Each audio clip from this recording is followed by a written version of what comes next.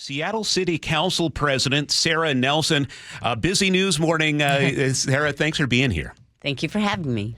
Well, we wanted to talk about some of the crime prevention bills that you have in front of you, and you're considering including those surveillance cameras, which it has sparked a lot of debate. And I'm wondering if you might be able to just maybe walk us through the vote and why you think these cameras are so necessary.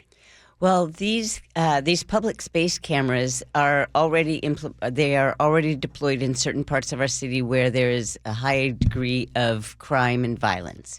And the legislation that we passed on Tuesday, there were two bills. One would expand the use of those cameras in other areas, Capitol Hill nightlife area, and around Garfield High School, where we've had serious public safety problems. And so that was one of the bills, and the other one would have allowed the use of SDOT's regular traffic cameras to feed into the real-time crime center. And what that is a physical hub at police headquarters where these video feeds come in and can be accessed.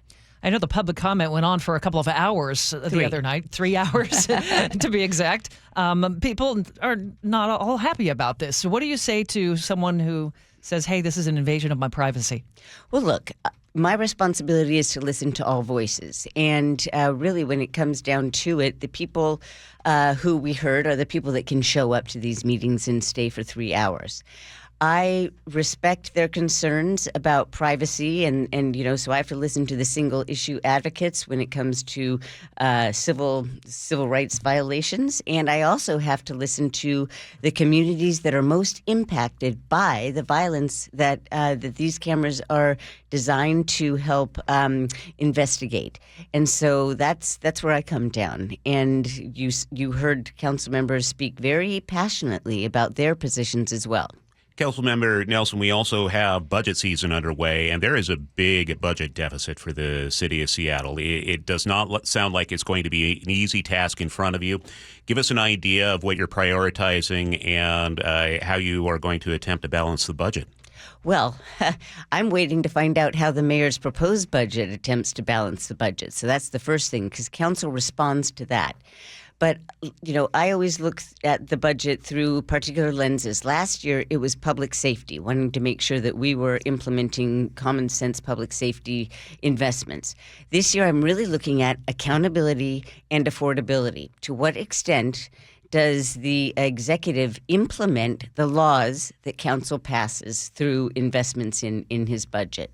So that's what I'm going to be looking at, and I have no idea right now how the mayor's proposed budget intends to deal with the deficit. There's a lot going on this morning. President Trump announced this morning that he's sending the National Guard to Memphis. I know several city council members have said we're not going to cooperate with President Trump's policies. Where does that all stand? How do you find the balance there? Well, we lead with the law. Washington State and the City of Seattle have implemented laws that restrict the ability of Seattle employees or state employees from cooperating with certain agencies of the federal government. And so we abide by the law. And then we also have to take into account that we can control for our use of data, but we also have to make sure that we are protecting that data from illegal or unwarranted use by federal agencies. We have to comply to federal law, that is the law of the land, and then we work within those restrictions.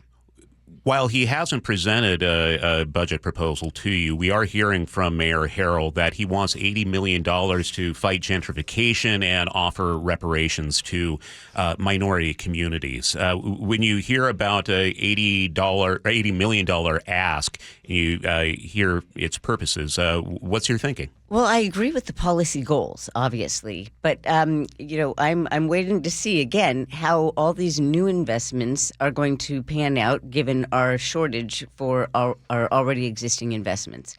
And so, we sent a B&O tax measure to the voters, and that is designed to implement to generate $80 million of new revenue. But that was also designed to protect the city against Trump's cuts to federal budgets. And so I just really want to make sure that that these new investments have associated revenue streams to pay for them, and you can't be double dipping into one pot for different priorities. We're just about out of time, but one of the stories our Corwin Hake is covering this morning is on Sound Transit and the link to West Seattle, and I see you're shaking your head. It's another $800 million in cost that has been added to that over the past year. Thoughts?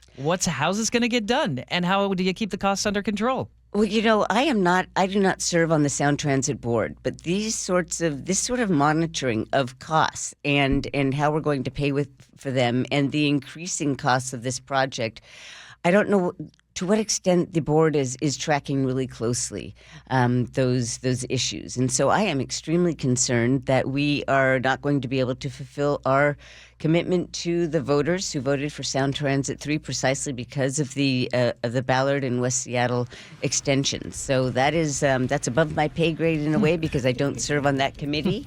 However, we have to make some decisions. And just really quickly, the Mariners are getting an earful from people. Question. No, they're getting an earful from people outside the stadium. The street preachers are out there with the amplified megaphones.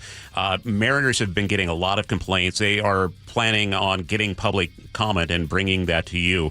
Are you looking forward to hearing what they have to say? Yes, I need to hear what they have to say, and we've had public comment from people that are concerned about that as well. Now you're dealing with First Amendment rights, okay? So that's a tricky area for local government to weigh in on.